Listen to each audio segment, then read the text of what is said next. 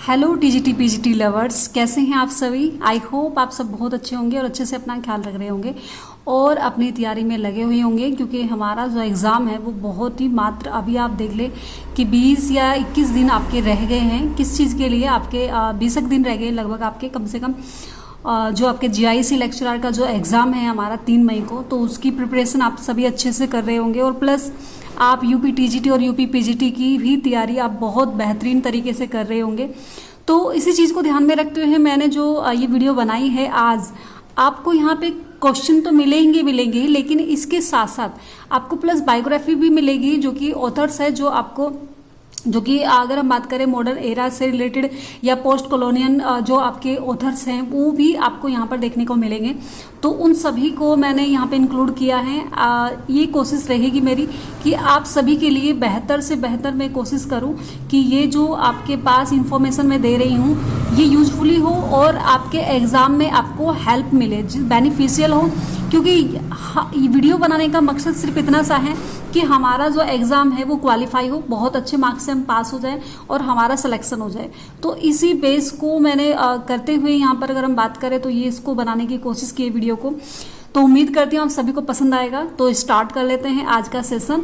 और इसके साथ साथ जो भी आज हमारे साथ नए जुड़ रहे होंगे वो चैनल को सब्सक्राइब जरूर कर लीजिएगा, ताकि नोटिफिकेशन उनके पास समय से पहुंच पाए। ठीक है जी, तो चलिए फिर देख लेते हैं। अच्छा, आप लाइक भी कर दिया करें अगर आपको सेशन अच्छा लगता है, तो प्लीज़ मुझे भी मोटिवेशन मिलेगा अगर आप लोग लाइक करेंगे और कमेंट करेंगे कि आपको अच्छी लगी वीडियो या नहीं लगी। पहला क्वेश्चन हमारे सामने देखिए ये क्वेश्चन जो मैं ले रही हूँ ना, ये वो वाले क्वेश्चंस है जो कि प्रीवियस है, जो आ चुके हैं। यानी कि इसमें मैंने उत्तराखंड के भी जीआईसी लेक्चरर के लिए हैं, यूपी के भी लिए हैं, सारे मैंने इंक्लूड करते हुए आपको सारी वीडियोस मैंने आपको प्रोवाइड करा दी है। इससे पहले हम देखो 60 क्वेश्चन हम कर चुके हैं, वो सारे प्रीवियस हैं, उत्तराखंड जीआईसी के हैं या फिर आपके यूपी जीआईसी के हैं, वो सब मैंने इंक्लूड किए हैं। आपको उन्हें अच्छे से देख लीजिएगा आप, ताकि आपको एक बेहतर पता चले कि किस तरह के क्वेश्चन आपके आ रहे हैं और किस लेवल के क्वेश्चंस मिलते हैं आपको।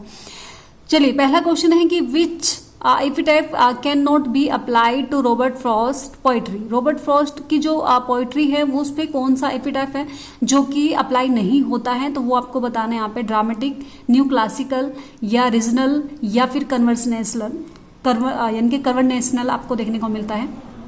तो कौन सा आपको यहाँ पर देखने को मिल जाएगा?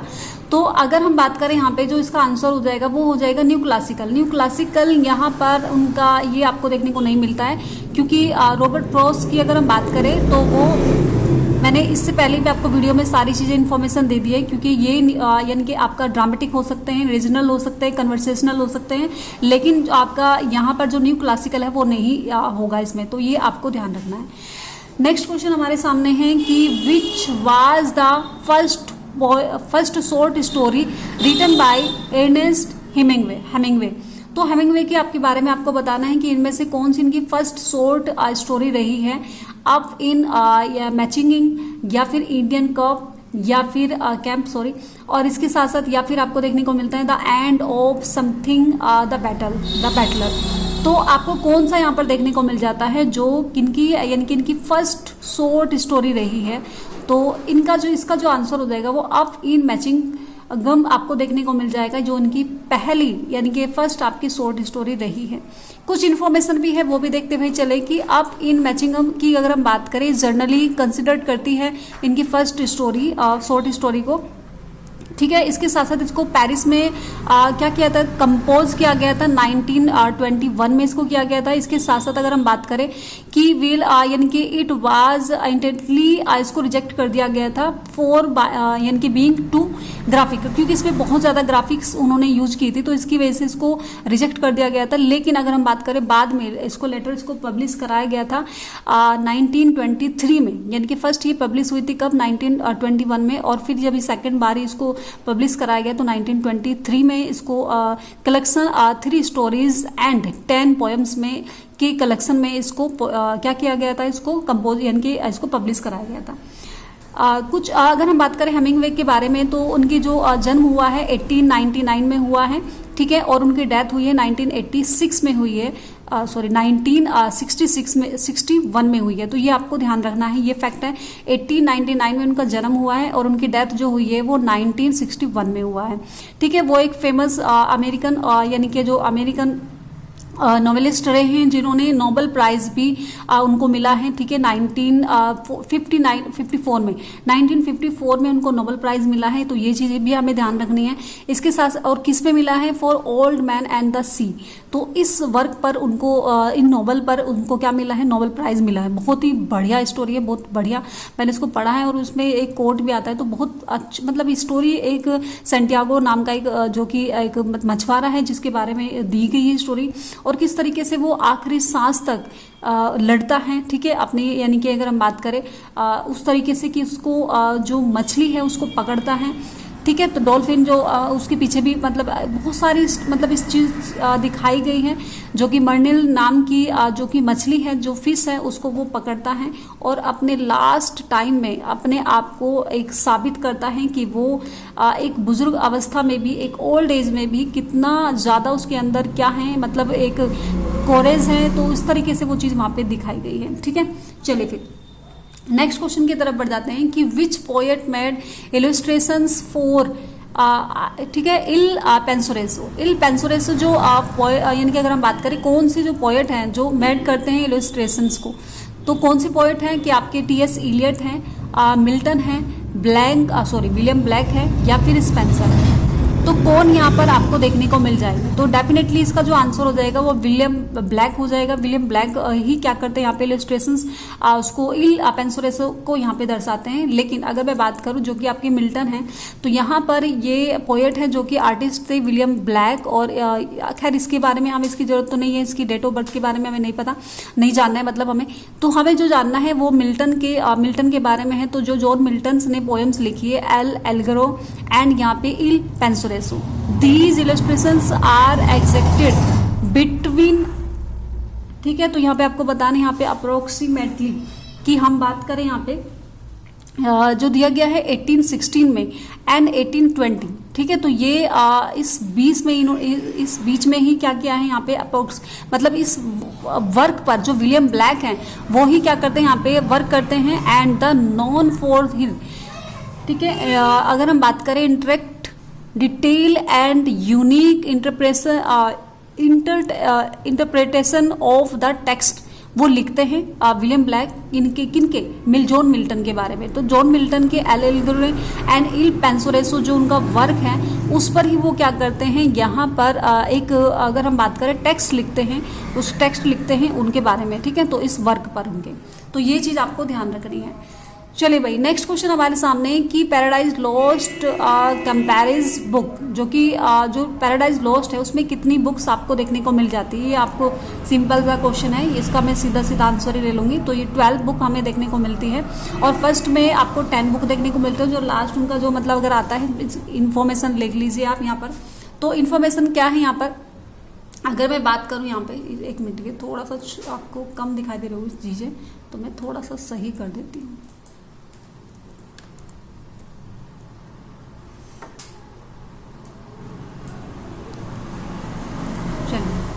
आई होप आप दिखाई देगा आपको, ठीक है, अच्छे से दिखाई दे रहा होगा। चलिए, पैराडाइज लॉस्ट कंपैरिज अगर हम बात करें तो 12 बुक में पब्लिश की गई थी, जो कि व्हील, जबकि अगर हम बात करें जॉन मिल्टन जो है ईपिक पोयम है उनकी ये, ठीक है, महाकाव्य, हाँ जी, जो कि 12 बुक में क्या हुआ था यहाँ पे अगर हम बात करें आई थी बुक आपकी। तो जॉन मिल्टन की ये क्या है, इपिक पोयम है, यानी कि महाकाव्य के रूप में आप देखते हैं, जो कि पब्लिश हुआ था ओरिजिनल जो कि 1667 में और 10 बुक के साथ, यानी कि जब फर्स्ट टाइम उसको पब्लिश किया गया था। एंड सेकंड एडिशन, उसका जो सेकंड एडिशन आया था वो 1674 में आया था, जो कि वाज यानी कि ऑर्गेनाइज किया गया था एंड एक्सपेंडेड इनटू 12 बुक में, जो कि 12 बुक में आपको सेकंड एडिशन इसका देखने को मिलता है। The standard version studies today, आप इसको पढ़ते हैं यहाँ पर। तो जॉन मिल्टन के बारे में बात करें तो हमें पता है कि जॉन मिल्टन का जो बर्थ है वो कि 1608 में वो पैदा हुए थे, और अगर हम बात करें 1674 में उनकी डेथ हुई थी। ठीक है। तो ये आपको देखना है, जो कि इंग्लिश पोएट के रूप में आपको जाने जाते हैं। और यहाँ पर अगर हम बात करें, जो कि आपके सामने यहाँ पे देखने को मिलता है, एपिक पोयम यानी कि पैराडाइज लॉस्ट के लिए वो जाने जाते हैं। ठीक है। और यहाँ आप देखें कि अगर स्ट्रेंथ यानी कि सपोर्टर ऑफ रिलीजन्स, वो रिलीजन सपोर्टर थे जो कि पॉलिटिक्स फ्रीडम के बारे में लिखते थे। और इसके साथ साथ वो अंडर द ओलिवर यानी कि जो क्रॉमवेल, ठीक है, क्रॉमवेल के बारे में हम बात करते हैं यहाँ पे, तो उनके अंडर में वो देखने को आपको वहाँ पर मिलता है। डिफेंस द फ्री स्पीच वो देते हैं, जिसमें उन्होंने एग्रोपेटिका नाम की एक, अगर हम बात करें, जो कि प्रोज वर्क है, वो आपको देखने को मिलता है। डिस्पाइट जो कि डिस्पाइट करते हैं गोइंग टू ब्लाइंड, जो कि ब्लाइंड हो गए थे। ठीक है। और इसके साथ साथ डेडिकेट करती है हिज मास्टरपीस, जो उनका आपको देखने को मिलता है। ठीक है। और ग्रेटेस्ट पोइट्स, उन्होंने हिस्ट्री पोइट्री के नाम पर उनका जो नाम है वो दर्ज है हिस्ट्री, जो कि ग्रेटेस्ट पोइट्स में। ठीक है। तो ये हमें पता है और ये हमने पढ़ा भी है। ठीक है। तो चलिए फिर आगे बढ़ जाते हैं। आगे आप देखेंगे यहाँ पर कि कुछ ऑथर्स हैं जिनके बारे में अगर हम बात करें, क्वेश्चंस जो प्रीवियस ईयर यानी कि उत्तराखंड जीआईसी की बात करूं मैं, या फिर यूपी टीजीटी यूपी आपके जीआईसी की बात करूं, तो वहाँ क्वेश्चंस हमें देखने को नहीं मिला। तो मैंने क्या किया, मैंने उनके सारे जो इंपॉर्टेंट फैक्ट हो सकते थे, जो रिवीजन के तौर पर मैंने यहाँ पे लगा दिया है। तो आई होप आप सभी के लिए हेल्पफुल रहेगी। तो इसको देख लेते हैं। जॉर्ज ओवरवेल की अगर हम बात करें, जो कि 1903 में वो पैदा हुए थे और 1950 में उनका क्या हो गया था, उनकी डेथ हुई थी। ठीक है। तो जो वो बॉर्न हुए थे, इनके पैदा हुए थे किस नाम से अगर हम बात करें, जो उनका जो नेम था वो इरिक आर्थर ब्लेयर उनका नाम था, ये आपको ध्यान रखना है। एंड इसके साथ साथ अगर हम बात करें, जो कि इंग्लिश ठीक है, नॉवेलिस्ट के नाम से जाने जाते हैं, एसिस्ट के नाम से जाने जाते हैं, एंड क्रिटिक के नाम से भी जाने जाते हैं। आप उनको देखते हैं। और वो पॉलिटिकल यानी कि पॉलिटिकल सटायर वो करते हैं, जो कि एंटी टोटलिज्म राइटिंग वो लिखते हैं। मोस्ट नोटेबली जो कि उन्होंने लिखा है, जो कि सबसे ज़्यादा फेमस है, जो कि एनिमल फॉर्म आपको देखने को मिलता है, जो कि कब आया था, 1945 में आपको देखने को मिल जाता है। इसके साथ साथ 1984 एक इनका वर्क है, ये नाम है वर्क का, और ये आया कब था, 1949 में ये आपको देखने को मिलता है। भाई वर्क का नाम है 1944, और जो वर्क ये आया था, पब्लिश हुआ था, ये आया था 1949 में, ये आपको ध्यान रखना है। ठीक है। इसके साथ साथ हिज वर्क अगर हम बात करें, जो कि documentary his experience with poverty के बारे में लिखते हैं, और इम्प्रिजलिज्म के बारे में लिखते हैं, एंड वार के बारे में वहाँ पे लिखते हैं, क्योंकि सेकंड वार उनके टाइम पे हुआ था। तो वो उन सब चीज़ों के बारे में वो लिखते हैं। और ये 20th सेंचुरी के लिटरेचर के रूप में आप जानते हैं, इनको पढ़ते हैं। तो 20th सेंचुरी में इनको हम पढ़ते हैं, जो कि मॉडर्न एरा से रिलेटेड है। और अर्ली लाइफ ऑफ एजुकेशन की बात करें तो बॉर्न, और अगर हम बात करें कि अभी हमने देखा तो जून 25 को हुए थे, और 1903 में वो पैदा हुए थे। और कहाँ हुए थे, ठीक है, यानी कि मोतरी बंगाल, इंडिया में आपको देखने को मिलता है। ठीक है। मोतीहारी यानी कि बंगाल में आपको देखने को मिलता है, जो कि इंडिया में है। आपके lower upper middle classes British family इनकी रही है। और इसके साथ साथ अगर हम बात करें एजुकेशन की इनकी, तो इनका जो एजुकेशन हम देखने को मिलता है, जो कि इंग्लैंड में आपको मूव करते हैं, जाते हैं, और चाइल्डहुड में, और इसके साथ साथ चाइल्ड में यानी कि जब वो छोटे होते हैं अटेंड करते हैं, यानी कि जो सेंट क्रिपरिंग स्कूल्स में आपको देखने को मिलता है। इसके बाद में वो एटोन कॉलेज में भी जाते हैं। तो एक्सपीरियंस दैट यानी कि इंस्पायर्ड होते हैं वो एंटी ऑथराइजेशन व्यूज से। और हिज मैरिज, इनकी 2 शादी हुई है। फर्स्ट शादी इनकी एलिन ओ सोगलिन, ठीक है, सोगनेसी नाम से आपको देखने को मिलता है, जो कि कब हुई थी इनकी शादी, 1936 में हुई थी। और इनकी जो डेथ हो गई थी वो 1945 में इनकी डेथ हो गई थी। ठीक है। इसके साथ साथ अगर मैं सेकंड वाइफ की बात करूँ, सेकंड मैरिज की बात करें अगर हम, तो 1949 में इनकी सेकंड मैरिज हुई है, जो कि सोनिया ब्रोवेल, ठीक है, सोनिया ब्रोवनेल के नाम से जो लेडी हैं उनसे इनकी शादी हुई है। तो ये आपको ध्यान रखना है। ठीक है। चलिए फिर आगे बढ़ जाते हैं इनके बारे में। आगे हम देख लेते हैं कुछ इनके अर्ली करियर के बारे में, जो कि बिगनिंग करते हैं, किस वर्क से करते हैं, वो हम देख लेते हैं यहाँ पे। तो अगर हम बात करें इम्पेरियल, जो कि इनकी पॉलिसी के बारे में हम बात करें, जो कि institute of the university his join the Indian imperial policy in ठीक है बर्मा, यहाँ पर आपको देखने को मिलता है जो कि इनका ये करियर है, स्टार्ट करते हैं अपना, जो कि वहाँ पर ये काम करते हैं 1922 से लेकर 1927 तक। ठीक है, तो इसके इनके एक्सपीरियंस इनका जो आपको देखने को मिलता है, his distance for impressionism leading to his novel, आपकी उनकी नॉवल में आपको देखने को मिलता है। ठीक है, क्या है, बर्मेस डेज आपको देखने को मिलता है जो कि 1934 में इन्होंने लिखा है या पब्लिश करा है। इसके साथ साथ राइटिंग लाइफ की बात करें तो ये यानी कि रिटर्न, ठीक है, रिटर्न होते हैं, कहाँ जाते हैं, यूरोप में, and leave in the poverty, London and Paris देखते हैं, जाते हैं वहाँ पे। इसके साथ साथ documentaries these experience in his first book, इनकी यही सब चीज़ें जो कि यूरोप में वो गए, यूरोप से इनके लंदन एंड पेरिस में जो भी वो उन्होंने एक्सपीरियंसेस लिया है उन सबको अपनी फर्स्ट बुक में आपको देखने को मिलता है, उनके बारे में वो लिखते हैं। ठीक है, down and out in Paris and London, जो कि 1933 में आपको देखने को मिलता है, जो कि अडोप्टिंग द प्रेसिडेंट नेम, इन्होंने अपना प्रेसिडियम नेम भी यहाँ पर अडोप्ट किया था, जो कि इनका रियल नेम नहीं था। रियल नेम इनका क्या था, यह मैंने पीछे भी आपको बताया है कि ये इनका रियल नेम था। रियल नेम क्या था इनका, ये वाला था। ठीक है, इरिक हर्थर ब्लेयर, ठीक है, ये इनका रियल नेम था। और इन्होंने इसको जो आप जॉर्ज ऑरवेल के नाम से आप इनको जानते हैं, तो वो इन्होंने अडोप्ट किया था इस वर्क में, down and out in Paris and London, जो कि 1933 में आपको देखने को मिलता है। ठीक है, इसके साथ साथ पॉलिटिकल व्यूज़ की बात करें तो बिकम डॉक्यूमेंट यानी कि डॉक्यूमेंट्रिक सोशलिस्टिस देखने को मिलता है, जो कि हैवीली इन्फ्लुएंस थे वो उनसे। और यहाँ पर अगर हम बात करें कि जो कि आपका देखने को मिलता है नॉर्थर्न इंग्लैंड, ठीक है, डॉक्यूमेंट्री के अकॉर्डिंग अगर हम बात करें, जो कि आपका है the road to Wigan Pier, ठीक है, तो the road to Wigan Pier में आपको देखने को मिलता है, जो कि 1937 में उन्होंने इस वर्क को लिखा है। ठीक है, तो ये इन्फ्लुएंसेस उनके जो पॉलिटिकल से रिलेटेड चीज़ें हैं उनके बारे में उन्होंने यहाँ पर बताया है।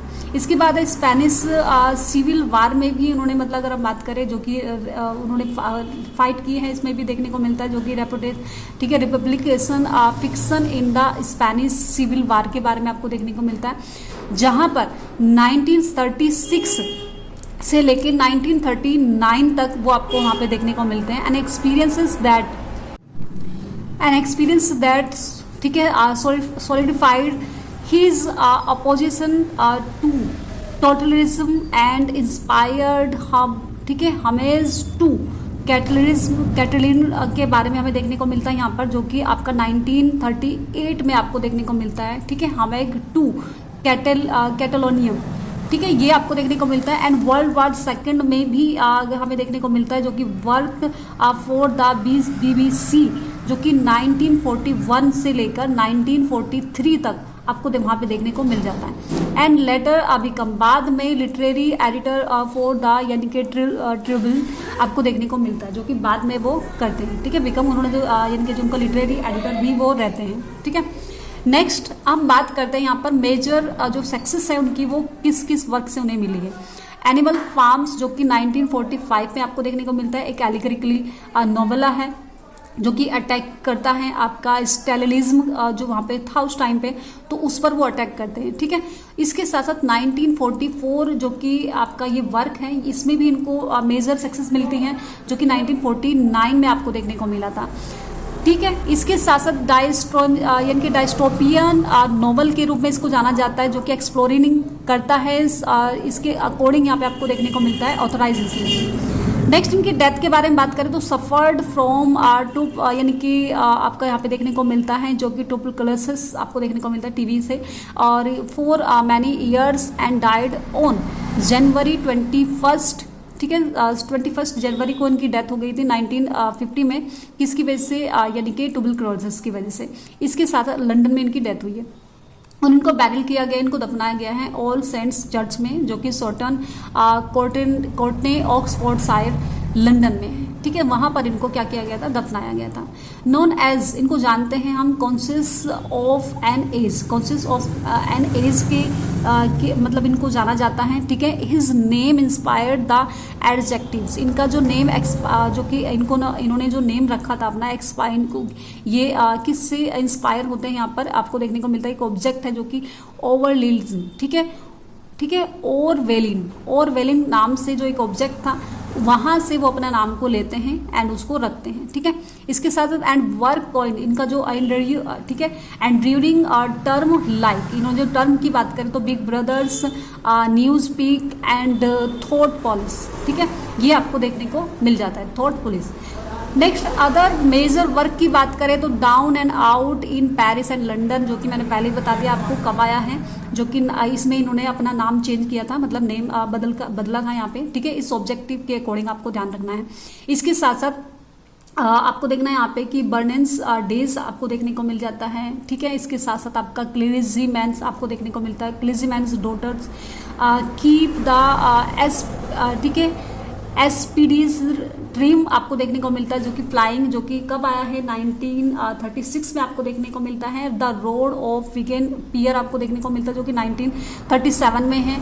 हमेज ऑफ कैटलोनिया आपको देखने को मिलता है 1938 में आपको देखने को। कमिंग द फोर एयर आपको देखने को मिलता है, जो कि 1939 में है।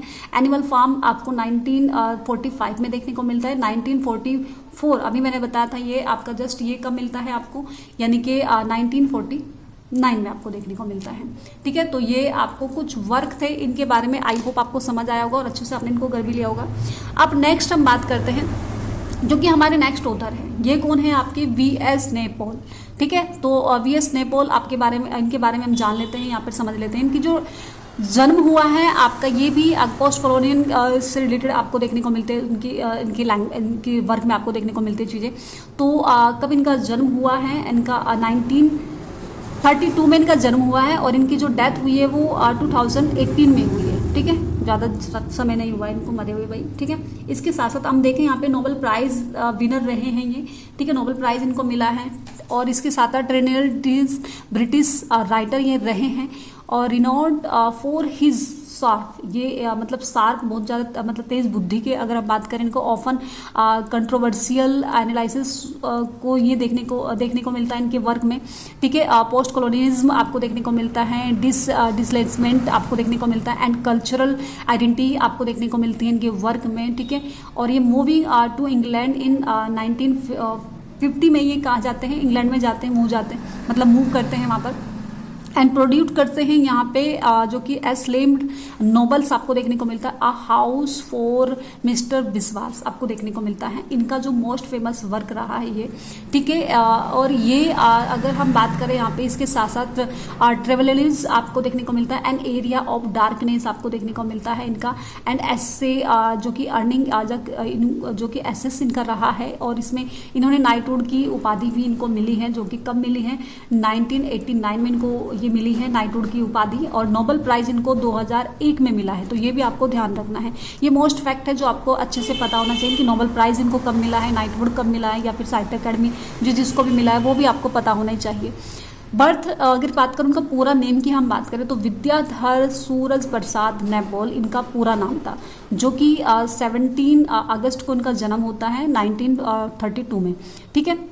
और कहाँ होता है यहाँ पर, इन चेगनेस आपको देखने को मिलता है, जो कि trended into a Hindu family में आपको देखने को मिलता है, ठीक है। चेगुनेस ट्रेंडेड में आपको देखने को मिलता है, जो कि हिंदू फैमिली से बिलोंग करते हैं। इस फादर, इनके जो फादर हैं वो कौन है, सिप्रेस, यानी कि सिप्रेस पर आपको यहाँ पे देखने को मिलता है। नेपोल वाज आ जर्नलिस्ट, जो कि एक जर्नलिस्ट थे एंड राइटर थे, ठीक है। हु हैवली इन्फ्लुएंस, इनके वर्क में इनका देखने को मिलता है इन्फ्लुएंस हिज लिटरेरी वर्क में आपको देखने को मिलता है। इनकी एजुकेशन की बात करें तो यहाँ पर एकेडमिकली इन ट्रेंड बिफोर विनिंग यहाँ पे देखने को मिलता है। आज स्कॉलरशिप इनको मिली थी, जो कि इन 1950 में टू स्टडी टू, यानी कहाँ इन्होंने स्टडी करी है यहाँ पर कि यूनिवर्सिटी कॉलेज जो कि ऑक्सफोर्ड इन इंग्लैंड में इन्होंने की है, जो कि एक स्कॉलरशिप बेस पर वो एडमिशन लेते हैं। हिज मैरिज, इनकी मैरिज की बात करें तो उनकी भी 2 शादी हुई है। फर्स्ट शादी इनकी हुई है ठीक है, पैट्रिकिया एंड हेल, जो कि 1955 में हुई है एंड सी डाइड इन, जो कि मर जाती है कब 1996 में इनकी डेथ हो जाती है। जो सेकंड वाइफ है इनकी नादिरा, ठीक है, नादिरा खुनम, ठीक है, खुन्नम आपको देखने को मिलता है, खाननम, खाननम सॉरी, ठीक है। अलीव ये पूरा नेम था इनका, जो कि ये शादी करते हैं कब, 1996 में ही ये शादी कर लेते हैं। जैसे इनकी वाइफ मरती हैं वैसे ही उनके बाद उनकी अपनी शादी दोबारा से कर लेते हैं, ठीक है। तो ये आपको देखने को यहाँ पर मिल जाएगा। एंड नेक्स्ट बढ़ जाते हैं आगे, कुछ और इंपॉर्टेंट फैक्ट इनके बारे में जान लेते हैं, लिटरेरी करियर के बारे में। अर्ली वर्क हम बात करें इनका, जो कि आपको देखने को मिलता है, जो कि मिगेल आस्ट्रिक नाम से आपको देखने को मिल जाएगा, जो कि 1959 में आया है। ठीक है, द मिस्टिक मैस्योर आपको देखने को मिलता है, जो कि एक मैस्योर का मतलब होता है मेजर, यानी कि जो क्या करता है, जो मालिश वगैरह करते हैं उनको कहते हैं, ठीक है। तो वो इनका वर्क आया है 1957 में। देखो अगर हम बात करें, जो कि मेगन स्ट्रिक आपको देखने को मिलता है तो 1959 में मिलता है, और जो मिस्ट्रिक्स जो मैस्योर है आपका वो 1957 में आपको देखने को मिलता है। एंड द सफ्रेज ऑफ इल्वीरा ये आपको देखने को मिलता है 1958 में, ठीक है। तो ये आपको कुछ यहाँ पे ध्यान रखना है। ब्रिक थॉट्स की अगर हम बात करें, अ हाउस फॉर मिस्टर विश्वास, यहाँ पर आपको देखने को मिलता है, जो कि मोस्ट फेमस इनका वर्क रहा है। और यहाँ अगर मैं बात करूँ तो जो कि मिस्टर विश्वास नाम से एक जो कि कैरेक्टर होता है, हीरो होता है हमारे उसमें वर्क में, तो हम बात करें जो कि अपने मतलब पूरी लाइफ में अपना घर बनाने की कोशिश करता है, उसका घर नहीं होता खुद का, तो वो घर बनाने की मतलब दिखाया गया किस प्रकार से एक यानी कि जो मिडिल क्लासेस फैमिली होती है, लोअर क्लासेस फैमिली होती है, वो किस तरीके से मतलब बाकी जो उनकी फैमिली के जो लोग होते हैं वो अच्छे से अपनी लाइफ को एंजॉय करते हैं, उनका घर भी होता है, सब कुछ होता है, मतलब बहुत अच्छी अच्छी जॉब वगैरह भी सब कुछ होता है। लेकिन जो मिस्टर विश्वास है उनकी एक अच्छी जॉब नहीं होती है, मतलब वो किस तरीके से संघर्ष करते हैं, उनकी लाइफ का जो संघर्ष है वो दिखाया गया है, ठीक है। जो कि इस नॉवल में इंस्पायर करते हैं बाय हिज फादर लाइफ, वो अपनी फादर की लाइफ से इंस्पायर होकर इस चीज़ को लिखते हैं, ठीक है। थीम की अगर हम बात करें तो उनकी जो थीम रहती है, जो कि फोकस करते हैं डिसलिसमेंट में, एलिस्टेशंस में देखने को मिलता है, एलिटेशंस उनको देखने को मिलता है इसमें, ठीक है। करप्शन आपको देखने को मिल जाता है, न्यूली इंडिपेंडेंट नेशंस आपको देखने को मिल जाता है उनके वर्क में। जॉनरा की बात करें इनके तो अगर हम बात करें मास्टर्स बोथ फिक्शन आपको देखने को मिल जाती है, जो कि गोरिल्लाज आपको देखने को मिलता है, उसमें फिक्शन वर्क है इनका, जो कि 1975 में आपको देखने को मिलता है। A band in the river आपको देखने को मिलता है, जो कि 1979 में आपको देखने को मिलता है, क्या, a band in the river. And non fiction की बात करें, जो कि नॉन फिक्शन है आपका एन एरिया ऑफ डार्कनेस, जो कि आपको कब मिलता है, 1964 में देखने को मिल जाता है। इसके साथ साथ अमंग द बैलीवर्स की अगर हम बात करें, बैलीवर्स जो कि 1981 में हमें देखने को मिल जाता है। अब इनके कुछ अवार्ड के बारे में बात कर लेते हैं, जो कि अवार्ड इन्होंने जीता था कब, नोबेल प्राइज़ की हम बात करें, जो कि इन लिटरेचर 2001 में इनको मिलता है, ठीक है। इन करप्टेबल जो कि स्प्रिक्टिल में आपको देखने को मिलता है। नेक्स्ट अगर हम बात करें, बुकर प्राइज़ भी इन्होंने जीता है, जो कि वोन द बुकर प्राइजेस इन 1971 में इनको बुकर प्राइज़ मिलता है। कब, फॉर किसके लिए मिलता है, for in a free state के लिए मिलता है। नाइटवुड की उपाधि इनको मिलती है, जो कि 1989 में इनको मिल जाती है। इसके साथ साथ फाइनल ईयर की बात करें कि इन्होंने फाइनल ईयर में क्या क्या किया है, तो इनकी कंटिन्यू राइटिंग इन्होंने कंटिन्यू रखी है अपनी, इंक्लूड द आपको मिल जाता है, ठीक है, एनिग्मा ऑफ एरिला, जिसको 1987 में देखने को मिल जाता है, ठीक है। बिफोर पासिंग अवे इन, ठीक है। और इससे पहले मतलब जब तक वो रहे हैं, जब तक वो क्या किया उन्होंने वन लिखते रहे हुए लिखा है उन्होंने, और लास्ट में जब वो डेथ होती है वो 2018 में उनकी डेथ हो जाती है। तो आई होप ये समझ आया होगा आपको, अच्छे से आपने इसको कर लिया होगा। हमने किसके बारे में पढ़ा है यहाँ पे, वीएस नेपोल के बारे में हमने अच्छे से इनकी सारी जानकारी ले ली है, जो उन्होंने वर्क लिखा है, ठीक है। नॉवेल्स की बात करें, जो कौन कौन से उनके नॉवल रहे हैं, तो द मिस्ट्रीज इनके मेथड्स मैंने अभी बताया, जो कि एक मालिश वाला कैरेक्टर दिखाया गया है जो मालिश करता है, और मिस्ट्रीज में उसमें, ठीक है, मिस्टिक्स भी उसमें दिखाई गई है। एंड यहाँ पे बात करें, जो कि 1957 में देखने को मिल जाता है, ठीक है। मिगेल स्ट्रिक हम बात करें तो 1959 में देखने को मिल जाता है। मतलब दोबारा से सारे मैं रिवाइज कर रही हूँ, आपको अच्छे से आप उनको देख लेना, इनको समझ लेना, पढ़ लेना, ठीक है। नॉन फिक्शन की बात करें तो द मिडल पैसेज आपको देखने को मिलता है। ये नॉन फिक्शन वर्क है इनका, और ये नॉवेल्स है भाई, ये आपको ध्यान रखना है, नॉवेल्स में इनको ध्यान रखना है, और ये इनको नॉन फिक्शन वर्क में आपको ध्यान रखना है। तो द मिडल पैसेज आपको देखने को मिलता है, एन एरिया ऑफ डार्कनेस मिलता है, ठीक है। इंडिया वंडर्ड, ठीक है, सिविलाइजेशंस आपको देखने को मिल जाता है। हालांकि देखो सारे वर्क की तो आपको वो पूछी नहीं जाएगी डेट, कौन सी डेट को पब्लिश हुआ था, कौन सी है, आपको बस आपको ये पता होना चाहिए कि कितने कौन कौन से इनके वर्क है, उनके नाम सबके पता होना चाहिए। ठीक है, तो ये आपको जरूरी है। ठीक है, जैसे मैंने आपको बात करें हाउस द विश्वास, द मिनिस्टिक मैन हो गया है, इन अ फ्री स्टेट हो गया है, गॉलरी, जिन पे इनको बुकर प्राइजेस वगैरह मिले हैं, जो इनका मास्टरपीस रहा है, वो आपकी डेट याद रखनी है आपको। ठीक है, तो ये चीज़ आपको ध्यान रखना है। नेक्स्ट इसके बाद हम बात करें जो कि क्या है यहाँ पे हाफ अ लाइफ आपको देखने को मिलता है। 2001 में इनका वर्क आया था और 2001 में इनको क्या मिला भाई, नोबेल प्राइज इनको मिला है। ठीक है, तो आपको ध्यान रखना है। नेक्स्ट हम बात करें यहाँ पे द मिडल पैसेज आपको देखने को मिलता है। एन एरिया ऑफ डार्कनेस है। इंडिया अ वंडर्ड सिविलाइजेशन आपको देखने को मिलता है। अमंग द ब्लीवर्स आपको देखने को मिल जाता है 1981 में। इंडिया अ मिलियन मल्टीनेंस नाउ आपको देखने को मिल जाता है, जो कि 1990 में आपका ये वर्क आया था। ठीक है, ऐसे की बात करें तो ऐसे आपके देखने को मिल जाते हैं द ओवरडिड बैरिक्योन आपको देखने को मिलता है, तो 1972 में। लिटरेरी ओशियंस आपको देखने को मिलता है, जो कि 2004 में आपको देखने को मिल जाता है। आई होप सारे आपने वर्क अच्छे से देख लिए होंगे। ठीक है, समझ लिए होंगे। अब हम बात कर लेते हैं किन की, चलिए इसके बारे में हम कल बात करेंगे, इनको कल पढ़ेंगे हम अच्छे से। ठीक है, अभी जितना वर्क मैंने बताया है आपको, मैंने 2 ऑथर्स के बारे में आपको पढ़ाया है। ठीक है, और यहाँ पर जॉर्ज ओवरवेल के बारे में पढ़ाया है एंड BS नैपोल के बारे में हमने पढ़ दिया है। उनकी बायोग्राफी हमने डिस्कस कर ली, उनके वर्क डिस्कस कर लिए है। आई होप आपने अच्छे से समझ लिया होगा और आपने देख लिया होगा। तो उम्मीद करती हूँ आप सभी बेहतरीन तरीके से यहाँ पर परफॉर्म कर रहे होंगे और तैयारी कर रहे होंगे। तो सभी आप ये जितने भी वर्क मैंने समझाए हैं आपको, आप इनको जरूर देख लेंगे और इनके बेस पर मैं क्वेश्चन भी लेके आऊँगी नेक्स्ट टाइम पर। इससे पहले हमारे पास एक और हमारा राइटर रह गया है, कौन सा है, जो कि विक्रम सेठ रह गया है। इसके साथ साथ अगर हम बात करें, नेक्स्ट हमारा रह गया यहाँ पे अमित घोष। ठीक है, अमित घोष भी यहाँ पे 2 राइटर हैं हमारे, जो कि ये जो बस रह रहे हैं हमारे करने। नेक्स्ट वीडियो में अब इन दोनों को मैं आपको कवर करा दूंगी। इसके बाद हम सारे वर्क लेते हुए चलेंगे, क्योंकि हमारा जो एग्जाम है बहुत पास है, तो इसलिए हम फास्ट ही रिविजन करेंगे। ठीक है, चलिए फिर मिलते हैं नेक्स्ट वीडियो में। अच्छा, वीडियो अच्छी लगी तो प्लीज़ आप लाइक कर दीजिएगा अगर आपको पसंद आएगा। ठीक है, तो मिलते हैं नेक्स्ट वीडियो में। Thanks for watching.